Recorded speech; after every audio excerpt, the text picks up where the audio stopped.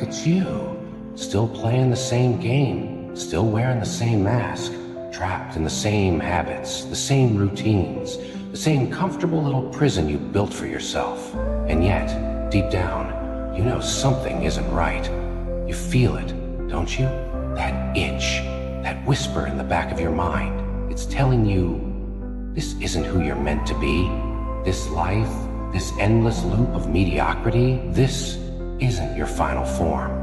But instead of listening, you silence it. You drown it out with distractions, with excuses, with empty promises. You tell yourself, I'll change tomorrow. I'll start next week.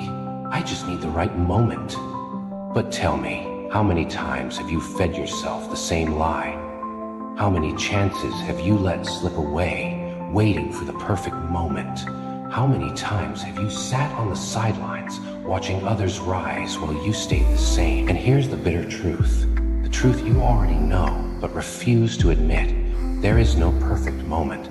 There never was. There is only now. This second, this breath, this choice, right here, right now.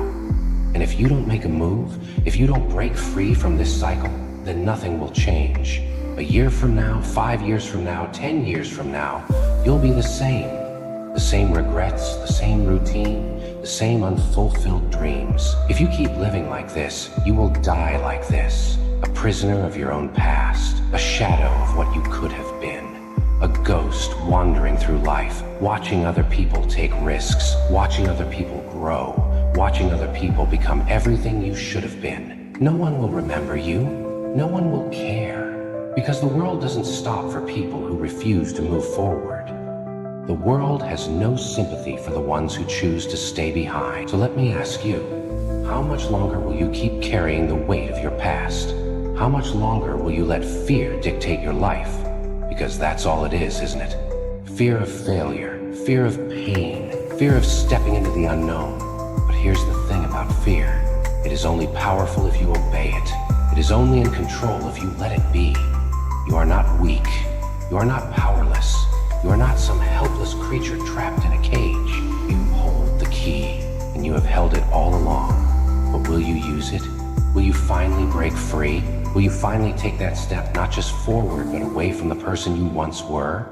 Because the person you are right now, that person is not enough. That person is not who you were meant to be. That person has to die. Not physically, no, but mentally, emotionally, spiritually. The version of you that clings to weakness, to doubt, to hesitation, that version must be erased, burned, destroyed, not a trace of it left behind, and in its place, a new you, a stronger you, a version of you that doesn't hesitate, a version of you that takes risks, a version of you that makes the world stop and pay attention. Because let me tell you something, no one remembers the ones who played it safe. No one tells stories about the ones who never changed. History is written by those who reinvented themselves, the ones who broke their limits, the ones who had the guts to step into the fire and come out reborn. So, what about you? Will you keep pretending? Keep dragging that lifeless, broken past behind you? Keep living in the same story, repeating the same scenes, playing the same role in a script that no one cares about? Or will you finally let go? Will you finally set the old you on fire and watch it burn? Will you finally become something greater? Because the clock is ticking. The world keeps moving. Time doesn't wait. And neither should you. Tick-tock. Time's running out. And the only question left is, what are you going to do about it?